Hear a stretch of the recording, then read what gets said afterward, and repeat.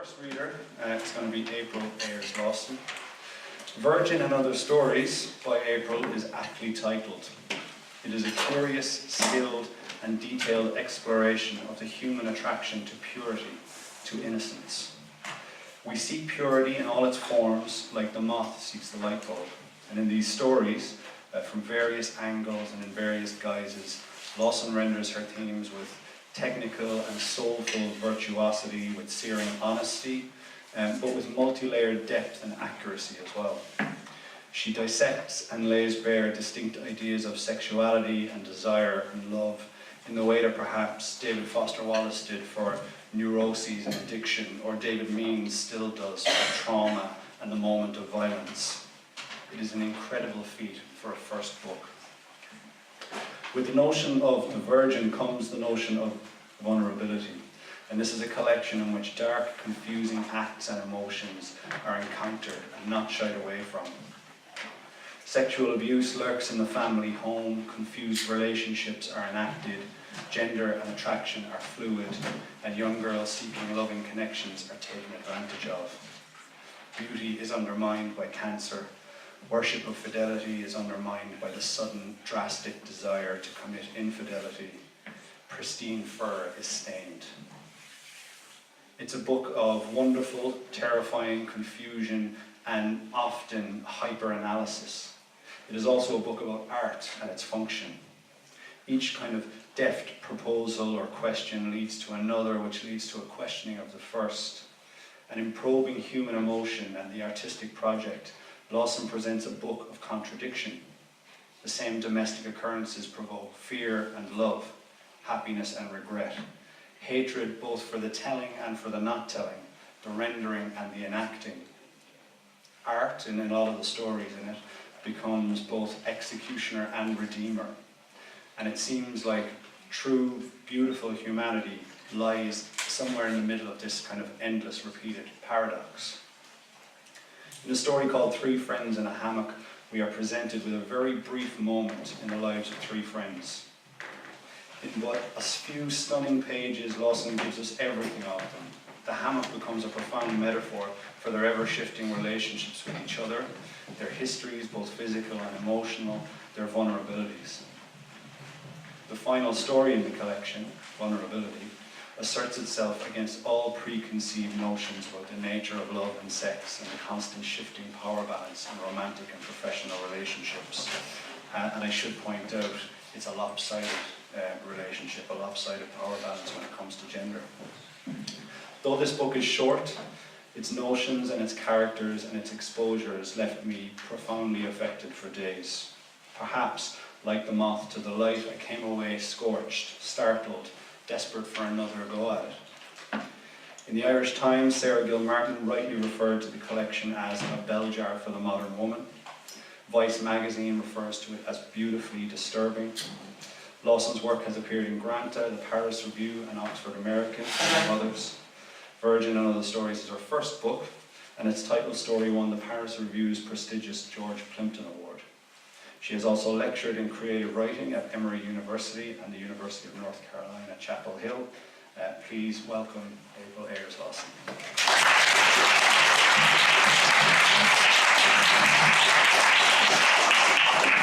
Thank you for that really beautiful introduction. Like, I'm so moved, like I could cry listening to that. That was so good.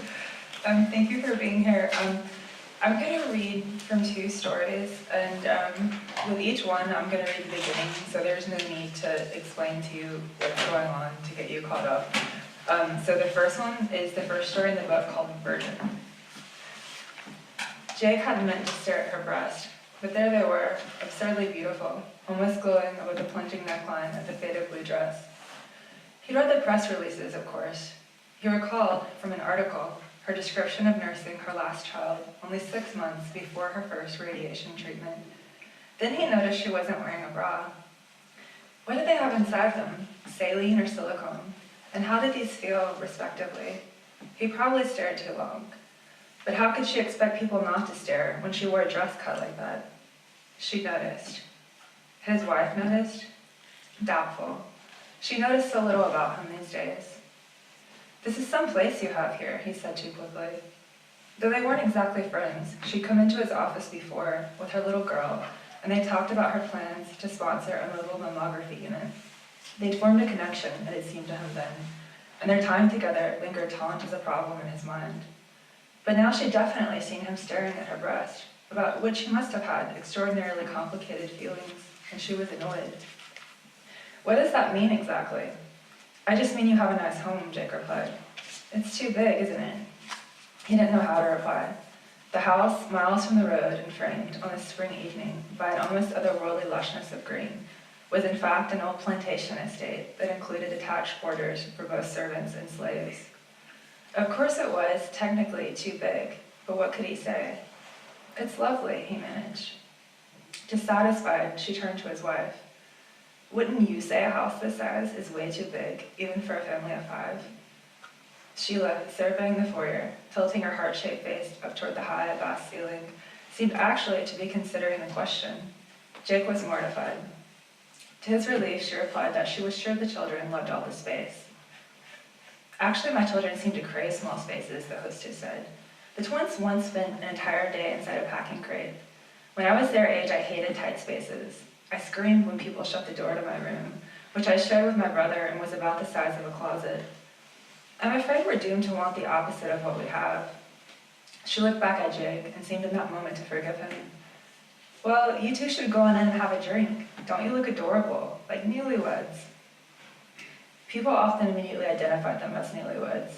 Jake worried over this, but when he asked Sheila if it bothered her, she laughed. She said what it really meant was that people were thinking of the two of them having good sex.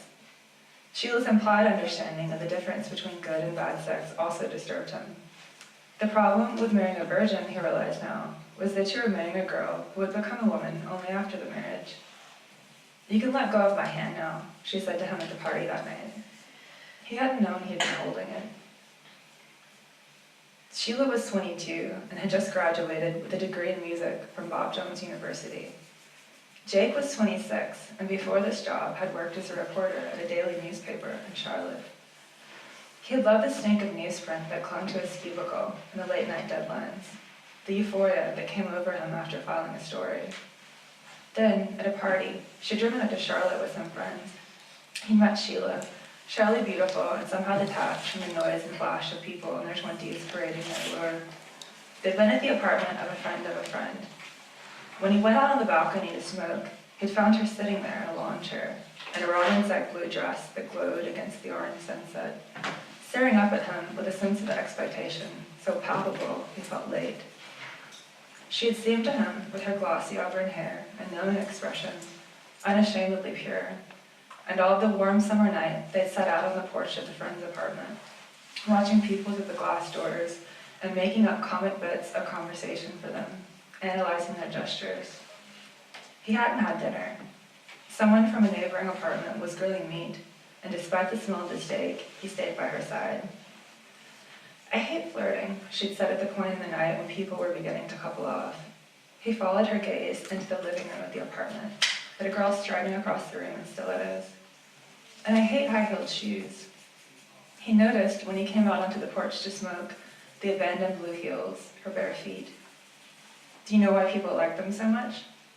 He said he had assumed it was because they were flattering to the leg, and she excitedly replied, "Lordosis. You know, the arch of a woman's back during copulation." He watched as she slipped on her heels and told him to pay close attention to the effect they had on her posture. "Isn't our culture sick?" she said. He studied her ass, her tongue calves, and agreed wholeheartedly while she continued with her criticisms, aware that she, cheeks flushed in the lamplight passing through the glass, was also aroused.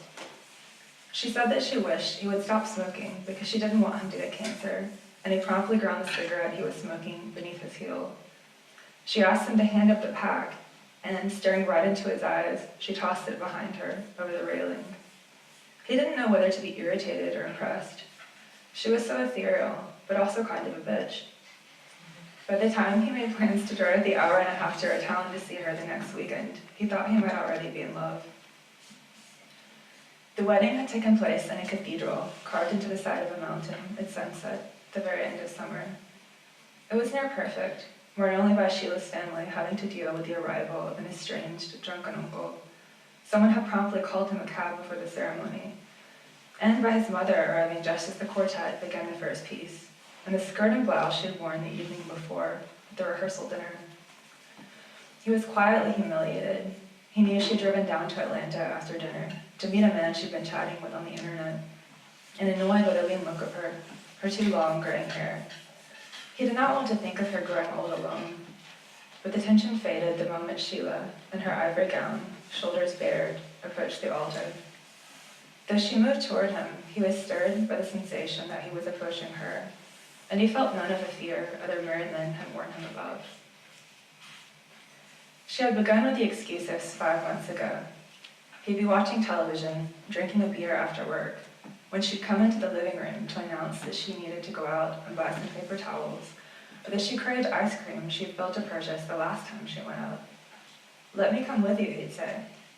But she'd argue that she wouldn't be long, that she had a new CD to listen to, and this meant she wanted to be by herself. Early on, he'd realized she preferred listening to new music alone, because he was unmusical, or at least compared to her, and so he let her go. Sometimes she came back right away, but a few times she'd stayed gone for hours.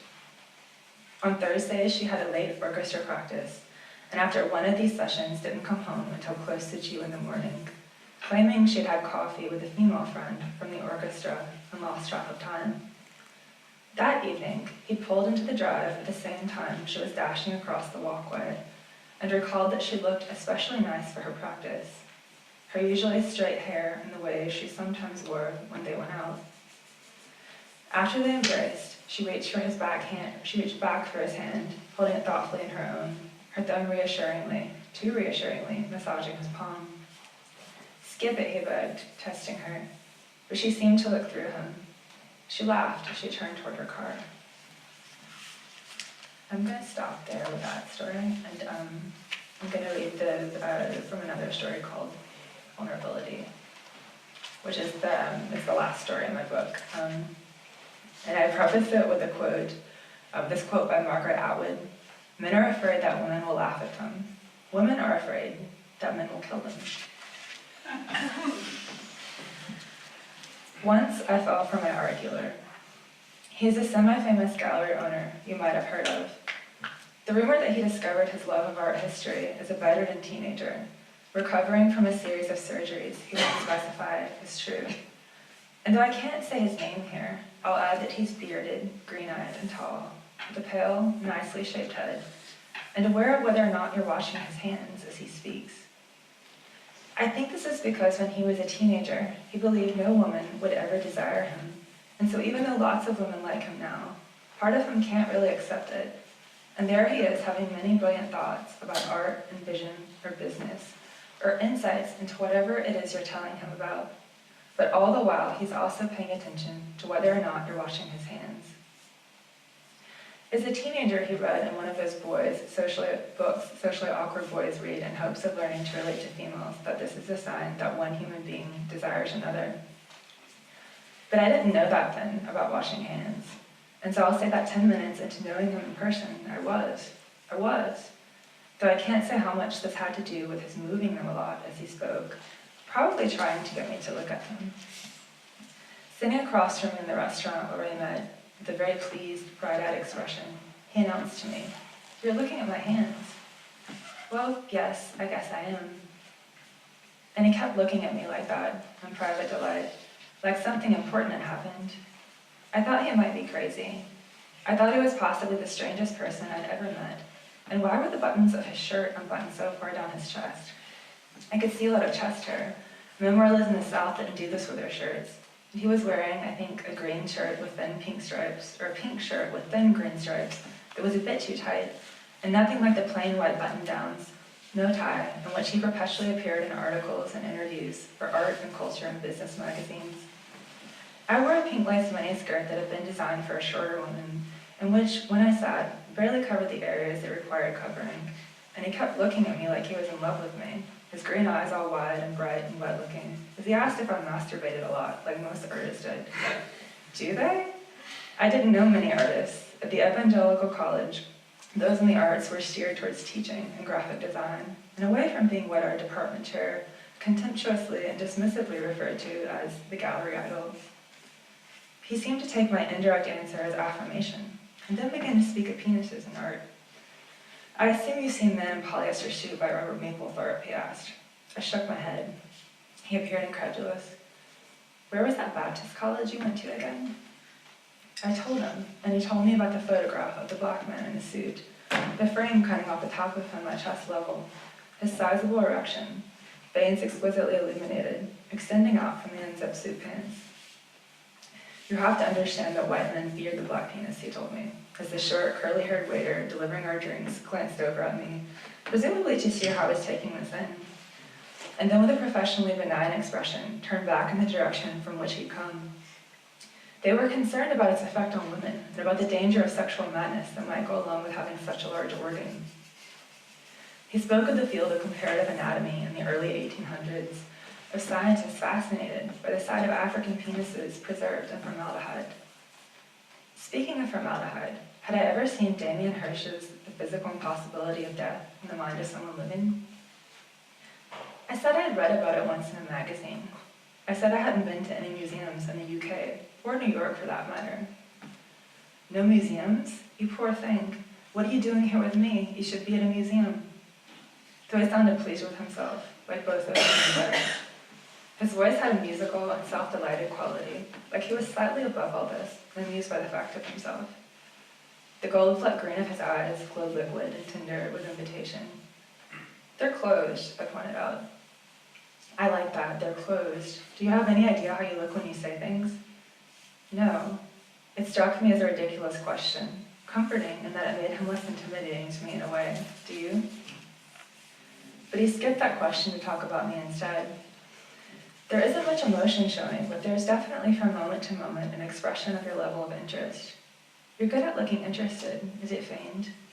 If you're good at seeming to be interested when you aren't, and seeming to not be when you are, you might be good at my job." He laughed, apparently not expecting an answer. He looked like nothing I said could have surprised him anyway, like he couldn't feel surprise past a certain level, like surprise was nothing more than the feel of the wind against his bald head, ruffling nothing. "But I'm glad you're an artist. I'm so glad you're an artist and I found you and that we're sitting here now." He meant it. He stared at me like I was the answer to a question he'd been carrying around forever. I myself had come to New York with that kind of question. I had come especially to meet another man, H., an artist and filmmaker, whose paintings his art dealer sold.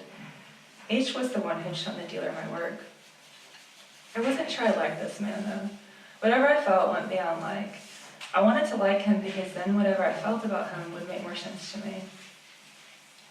No one had talked to me like this before, and the air was the spiritual equivalent of the surface of my eyeball, being almost imperceptibly palpated by one of those machines with a chin rest you stare into at the optometrist. I said I too was glad. Then we were back to penises. Zelda complained that Fitzgerald's penis was too small. He was said to have developed a complex about it. In this he watched me intently, as if trying to arrive at a decision. "Do you like Fitzgerald?" Before I could answer, he cleared his throat and quickly added, "Do you like literature?" as if that were the real question. I nodded yes to Fitzgerald and to literature. "I like to read. Sometimes I write." "What do you write about?" "People I run into, everyday stuff. But I guess really it's about a path to God." That was what I felt about my artwork too, not being comfortable at church, but always pursuing a belief in something, trying to close that gap between the something and me.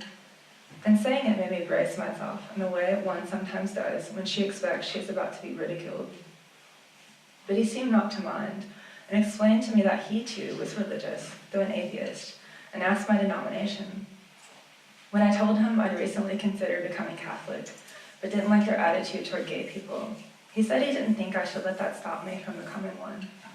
"Really?" I said. "You don't see that as a problem?"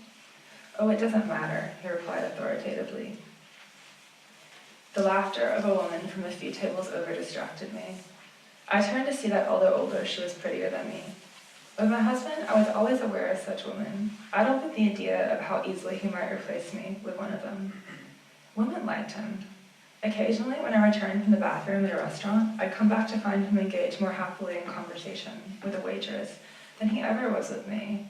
With me, he claimed he could be himself, which was depressed. But if my art dealer noticed the prettier woman, he didn't show it. Then we were back to literature. People you write into, like me. I nodded. Again, the woman's laughter rose above the general buzz of the place, teasing my ear. He smiled at me. The distraction had become our amusement. There had been on his face only the briefest flicker of annoyance, but my eyes darting away. "Oh, please don't write about me," he said, as if the thought of it were already irresistible to him. "Don't worry, it's not the kind of thing I show people," I replied. I'm going to stop there.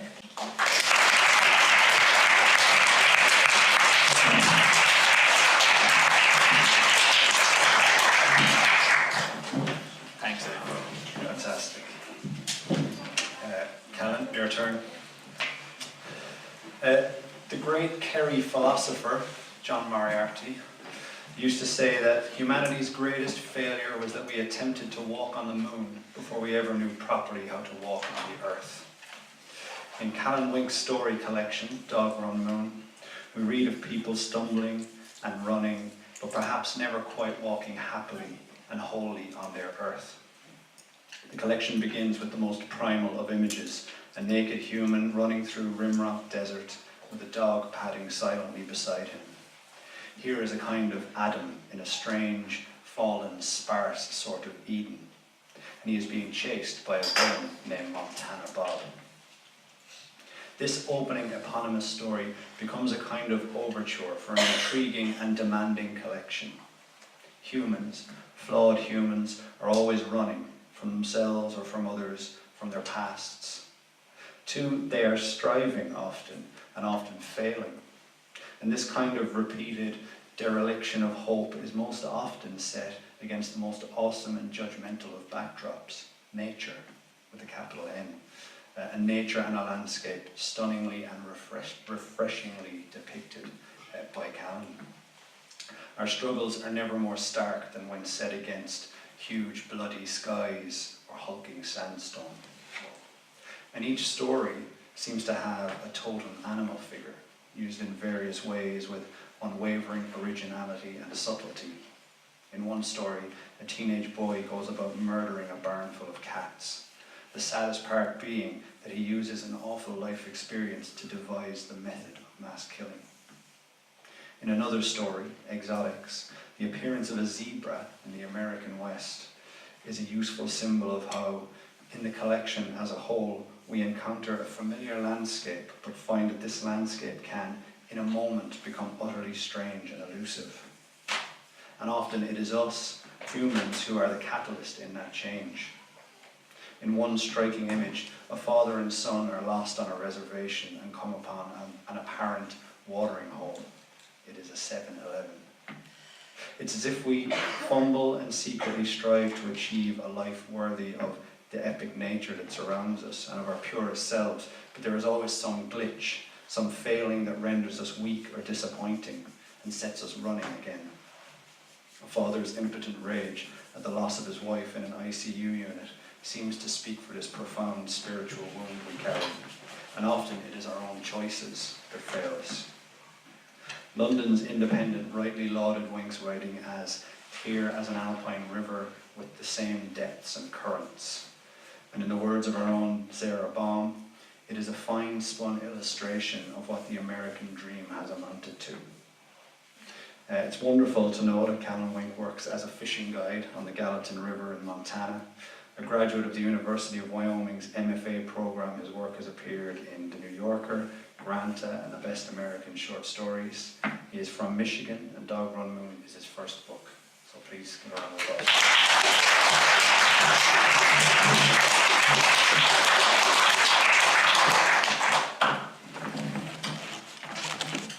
Thank you for that.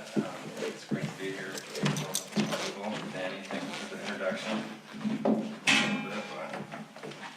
Appreciate that. Yeah. So this is officially the latest reading I've ever done in my life. This is the hour in which poets are coming awake and fiction writers are going to bed or too drunk to coherently read. So I'll do my best and keep it short so we can go about our evening and maybe have some questions afterwards. I'm going to read just the opening couple pages from a story called Crow Country Moses. I was lost. Well, more accurately, my father was lost, and I was with my father. Does that make me lost by default? I suppose so. Some would say that it is an inherited trait, being lost, like having blue eyes, alcoholism, or a tendency to see the glass half empty.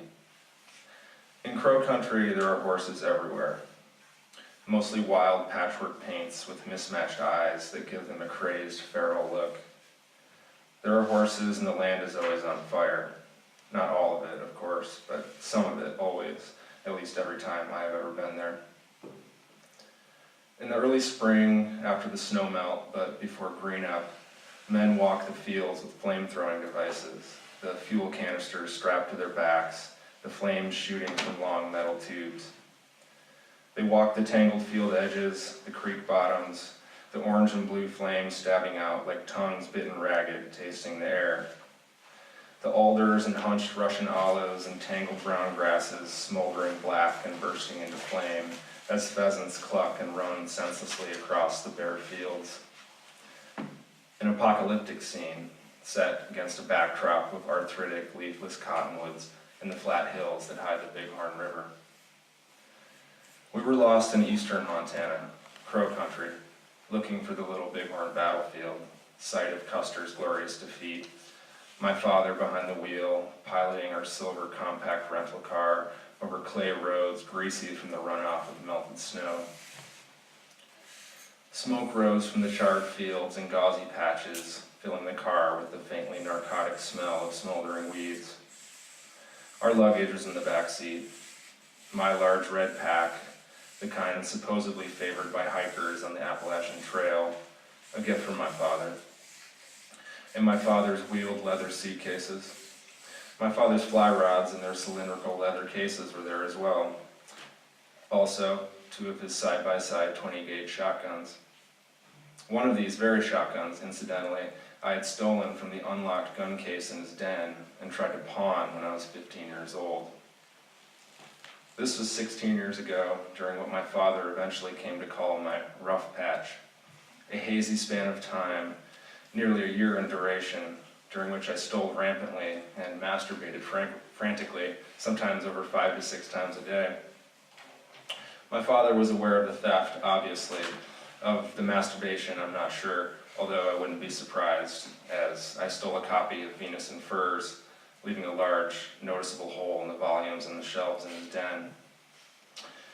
I kept the leather-bound volume under the clothes in my closet and abused myself to a pulp daily in that very closet, the wooden folding doors shut behind me, the chain for the overhead light dangling over my head, where I knelt with my jeans around my ankles, my favorite passages dog-eared for easy reference. I stole mostly from my father's house, but occasionally from the houses of my friends, rarely ever from stores or people I didn't know. I stole a Mont Blanc pen and a fake Rolex watch from the father of a friend of mine who was a federal judge. I stole a set of Wusthof knives from my father's kitchen and spent half a day throwing them at the trees in the woods behind the house. I stole a necklace from my mother. It had once been my grandmother's. Quite possibly it had been her mother's. It was old, medieval looking, the gold tarnished from the multi-generational sweat of the matriarchy. I stole every ashtray from my father's house and spent half an afternoon throwing them at the trees in the woods behind the house. I stole 5 bamboo fly rods made by a certain R.L. Winston in Twin Bridges, Montana, from my father's den and spent half an afternoon splintering them magnificently in a vicious sword fight battle with a friend of mine in the woods behind the house. During this time, I masturbated mostly in my closet, but in many other places as well, in the woods behind the house, in all of the various outbuildings on my father's property, the garden shed, the guest house, the garage, the other garage. In every room of my father's house, including the attic, excluding my father's den, the bathroom at my church, and in the bathroom at my school, and in the bathroom at the Lutheran church we attended once a year on Easter Sunday. The day I stole the shotgun was very much like any other day that year. I attended school 5 blocks from my house, a distance I walked. I got home from school and masturbated once or twice, ate something that I could microwave easily, and looked around for something to steal. I sat in my father's den, swiveling in his chair behind the large, empty oak desk. I took one of a matched pair of side-by-side 20-gauge shotguns, made by a certain James Purdy and Sons of London, England, and a handful of shells, and I went to the woods behind the house, where I spent an hour or two shooting at tree trunks. When I ran out of shells, I put the shotgun in my backpack, with the barrel jutting through the zippered opening, and rode my bike 6 miles to a pawn shop that had a row of 10-speed bikes chained together on the sidewalk, and glass with steel mesh embedded in it for windows. The man who owned the store also lived in an apartment above the business with his 2 daughters and a wife who died of breast cancer when the girls were young. I would lose my virginity to one of the pawn shop man's daughters a year after the shotgun incident.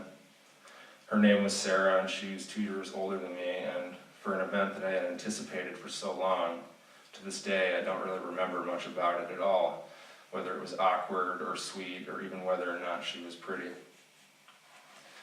When I walked into the pawn shop, I was still wearing the backpack, the twin shotgun barrels sticking up over my head. The pawn shop man undoubtedly knew my father, or at least knew enough of him to know that he could be found in the phone book under Swank and Howe, attorneys at law. But instead of calling my father, the pawn shop man in fact called the police.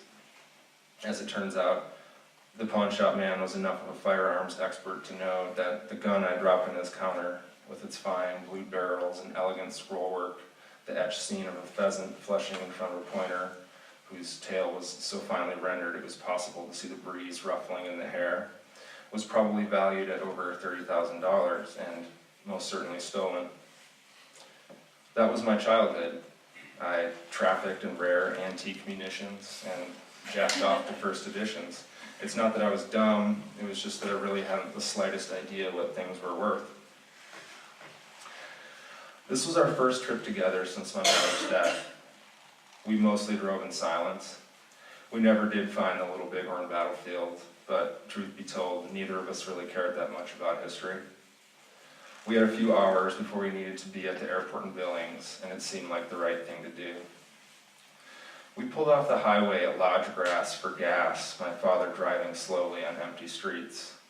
A dog here and there, a burnt shell of a trailer house with smoke still breathing from broken windows, a Catholic mission and health clinic with mostly intact windows, and an IGA with broken windows covered by sheets of corrugated cardboard.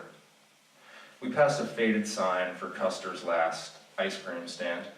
The sign had a cartoon image of Custer, blonde hair and cavalry hat, holding a triple scoop ice cream cone, his tongue out as if he were licking the ice cream off his drooping blonde mustache.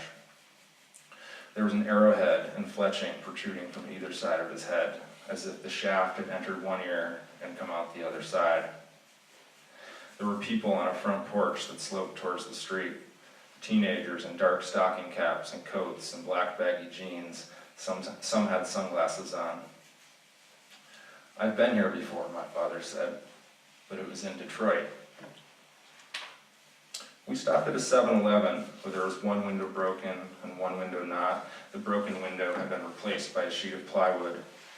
The 7-Eleven was busy with locals. It was a dry reservation, and apparently this was the watering hole.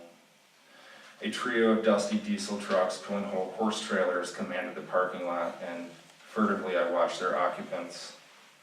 All of them were dark-brimmed Stetsons and dark Wranglers tucked into dark leather boots.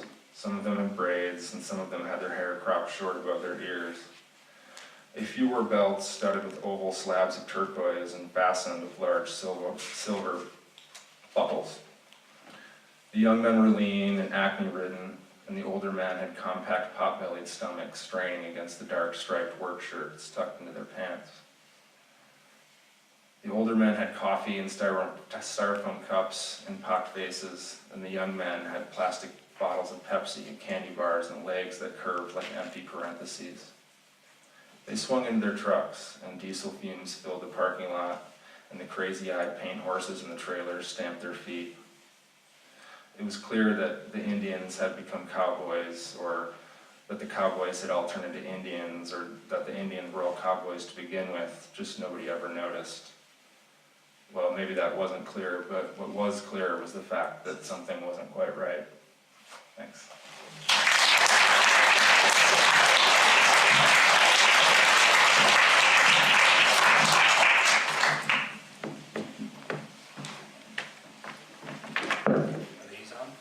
Yeah, cool. Thanks very much, Callan. Thanks, April. Fantastic. I'm conscious in having a conversation that we're at a festival that is dedicated to the short story. So I think the most fundamental question is, when are you going to write a novel? No. Do you have in your heads a clear idea or a working definition of what you think a short story is, what it entails, what it is for you? No. I mean, I do when I teach fiction writing, and so when I tell students what a story is, like, yes, technically, like, I have a clear idea of what it's supposed to be, but when I'm writing one, it's much more intuitive, and so I'm just sort of writing towards something that, yeah, that intuitively feels right, and Is there a trend in how these start? Say for the stories in the collection, or do they all start with an image, or? like several of them started where I was just wanting to write a story really badly, and I would get so frustrated that I would sort of feel like crazy, and like I was done and I quit, but somehow I would still be like typing, and then that's when like the story would actually start, like the story would actually start happening and working, because I guess like I got into a deep enough place in myself where like almost like I thought I didn't care anymore, and that's when it started to happen. And then, but there was one in there where I just like sat down and wrote it with like no frustration whatsoever. Like the 3 Friends in the Hammock one, like I wrote that one like in 3 hours, and like there was hardly any revision, and it just like came out. I mean, it's really good. That never happens to me. But yeah, it seems like they all have their own unique kind of process of coming to be. I wish I could get it figured out more and have a little bit of a process so that I could recreate that formula maybe, but I feel like every time I write one that seems halfway decent, I'm always slightly worried that that will be the last time I'm ever able to do that. So each one seems to kind of come out like a little miracle, and I'm always kind of surprised. Definitely. Fantastic. And in terms of putting a collection of stories together, this has always intrigued me. Can you tell us maybe a little bit, both of you, about how you actually formed the collection? Like, did certain stories not make the cut? Did you order them in a specific way? I guess I really haven't finished that many stories. So there weren't like ones that I wanted to put in here that I did like agonized over. Like this was like exactly the ones that I wanted to put in. And I guess when I wrote the last one, which is longer than all the others and really like novella length, then it felt like a book to me. Like I was sort of done. I was done with what I was writing about in this book. And I mean, I'll keep the same issues, like I'll keep writing about them in a way, but yeah, it just felt like that was sort of it as far as like the purity thing. I don't know. Yeah. And did your editor have much of a, well, I don't want it this way, do it this way, or was there any, or did you just hand it in, this is my collection? I felt like no one challenged me on the order of it, or like even being. It just like say, would an editor of a short story collection say, I think you need to start with this story or the longest story? Yeah, I felt like nobody tried to pressure me as far as the order of them. Fantastic. Yeah, it was easy. Yeah, I think I had a number of stories I wanted to have in the book that did not go in the book because at the end of the day, there's an editor who has a final say, for better or worse. I think in my case, I just entrusted that my editor knew kind of what to do in that case. I mean, I wanted to put like every story I had in there, but in retrospect, that probably wasn't a good idea. Although there is this kind of standard convention that a short story collection from a new writer is very concise and it's tight, and there's maybe 8 to 10 to 12 stories. And to me, I was kind of like, well, my editor, and the theory is like, well, you put this thing out there and then you basically don't give people room to not like you. So just, the very bare minimum of the best ones you have. And my theory was like, well, maybe if I had more stories, there'd be more reason to like me, but he didn't agree with that, and so this is what we came up with. And they had various theories on what stories should come when, and things like that. It does seem to be, when you read a collection that seems like a collection, there's something there, rather than just in like an assemblage of stories. There is something that makes a collection, I think, in the really good ones. Not sure that I achieved that, but it is something I think about. And obviously some are kind of, the unifying factor is maybe geography or whatever, but I tend to think of it as like tone. If the tone seems to strike through all the stories, then all the other factors can be quite different. Fantastic. That you did achieve that, and it's something I'm not going to say it out loud yet, because you might say it yourself in the next question, but and that was one thing I felt about these two collections of stories, with a feeling or a mood builds throughout both, and maybe linked to the kind of themes I mentioned in the introductions, and by the end you're building up to almost like a kind of an epiphany. It's fantastic. And so maybe I'll ask the question and then start accusing you of things after that. But are the themes and ideas in your books, are they something that you consciously thread? So obviously we all have personalities and ideas, and they surface again and again in our work. But are they something, when you're putting together a collection, that you thread consciously through the work, or do they just emerge kind of from the work collected? Do they emerge from your personality in writing? Or I feel like mine are not conscious choices. I mean, it's like, I'm trying to think how to say this. Like, I would like to be able, there are different kinds of things that I would like to be able to write, but when a story really starts to feel alive for me, it doesn't feel, I know it's a choice on some level, but it doesn't feel like a choice. It feels like that's the only thing that I could be writing at that time. Like, nothing else is gonna work. Like, that's it. Like, that's the only thing I can do. And so the themes and all that, like, that's just what comes from what actually starts to feel alive to me and what feels like possible. And so I don't ever, it's more like, I think it's just like obsessions and things like that sort of collect, and so it seems unified, but it wasn't planned that way. Yeah, I would say the same thing. It's just these little compulsions, and I would say something I have to be careful about is just having those things come up too frequently. I'm like, oh, I'm hitting that note again. I maybe need to, come up with something else. So, but I mean, even with, so this something you're looking for in a collection of stories. I think you distill it down to one story, but there's echoes throughout the story, make the story kind of have this sort of resonance, and so you extrapolate that to a longer collection, and within the stories, hopefully those echoes kind of build, ideally. fantastic. Because there was one thing I was noticed in Dog Run Moon, is that as the stories build, you feel like, say, the presence of women is fleeting, and maybe they're somewhere else, or they're left behind, or the guy is running from them. And as the collection builds, you feel this tremendous absence. And all of a sudden, there's actually the Crow Country Mouse, and I really don't want to, I encourage you to read it rather than me explain what I think about it.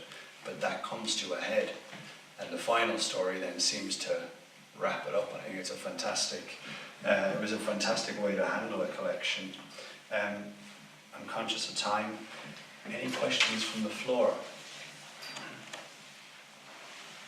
I'm going to count to 10 in my head.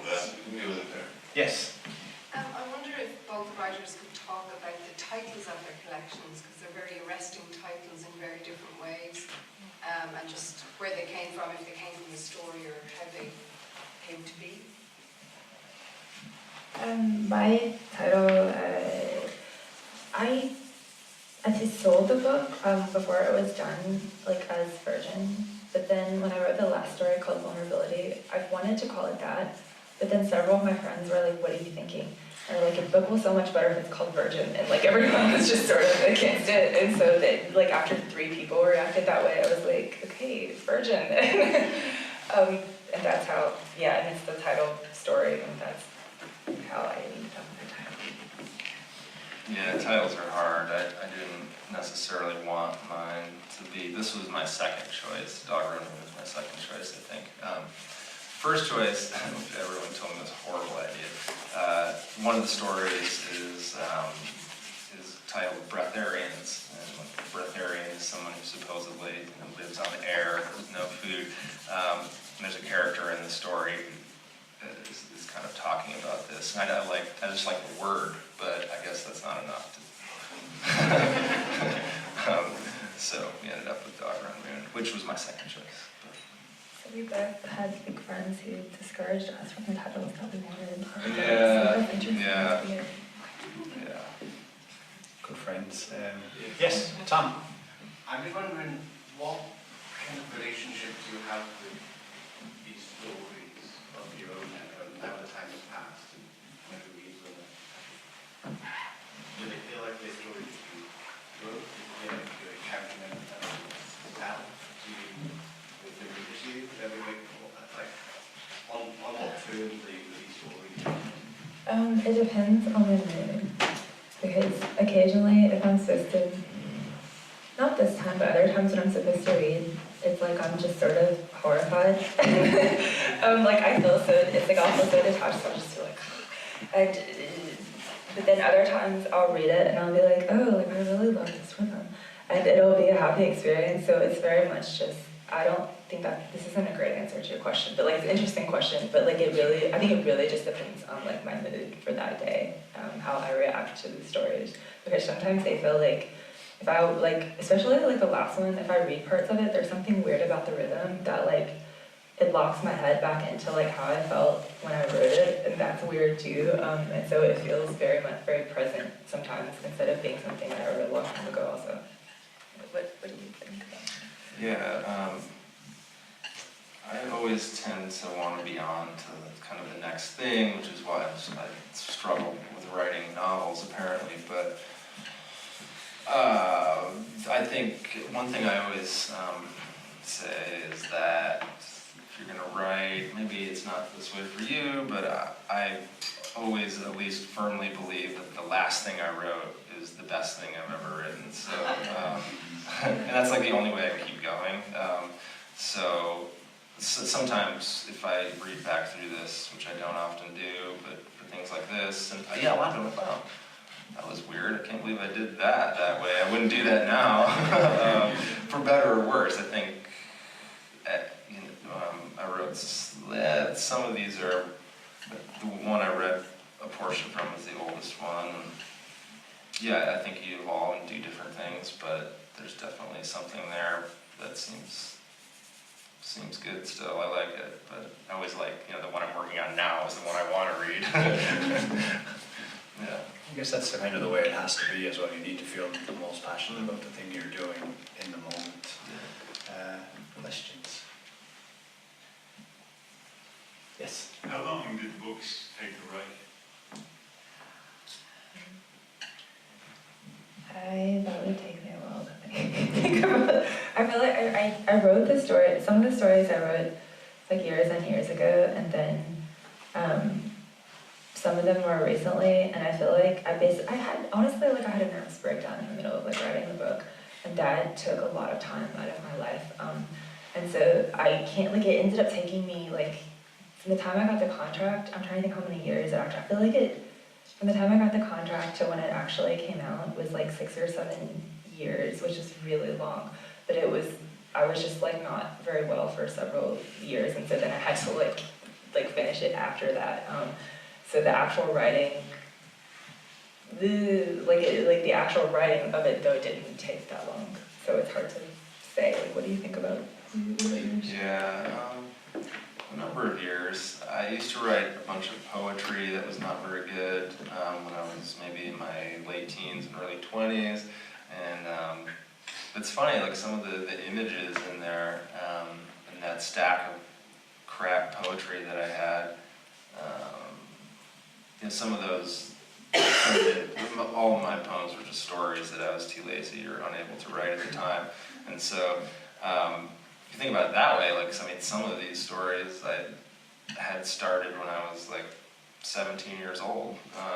So, a long time is the answer to that question. Yeah. And one question that I have is sort of to do with work in different ways. So you're a writer, April, and I don't think you have too many writers in your book, but you have artists, you have a piano teacher. Is that something that, are you investigating the creative process in that, or is it just that you've written a lot of artists and art into your work because you are one? I think I'm just attracted to it. Like, I played piano for a while. I had a piano teacher, although the story is very fictional. Like, that's not my piano teacher. And that's not what happened during my lessons. They were not that exciting. But, what was the rest of it? Well, do you have ideas what art that you're trying to thread? I was a visual artist. Well, I was a visual artist before I did writing. My first degree was in like painting, and so I was very into visual art, and so I think I'm just still interested in it, and it's like enjoyable to write about. And then, yeah, I guess I'm just attracted to the artistic process, and it comes through in my. Fantastic. And Callan, you're a fishing guide for a large part of the year, which sounds like to me like the coolest job anyone can do. Does that have an influence on what you write or how you write? Yeah, definitely. I don't write about fishing much in fiction. It comes out a little. Actually, the piece I read is maybe the only one. I write nonfiction essays for money, basically, at times, that are fishing based. I think my fishing thing, the best thing about it for me is that it's not writing, and I don't write at all in the summer, really. I'll think about it and maybe scribble something down occasionally, but I'm a seasonal writer, definitely, so winter is when I write, and I find that fishing guiding, after a summer of fishing guiding, I'm really ready to write, and then after a winter trying to write, I'm very ready to be out on the river. So it's kind of this nice balance, at least at this point, although I feel like if I'm ever going to get like better at either one, I'm going to need like kind of stop doing the other one at such, it's hard to balance them both and excel. So one of the other is probably going to need to take a back seat at some point.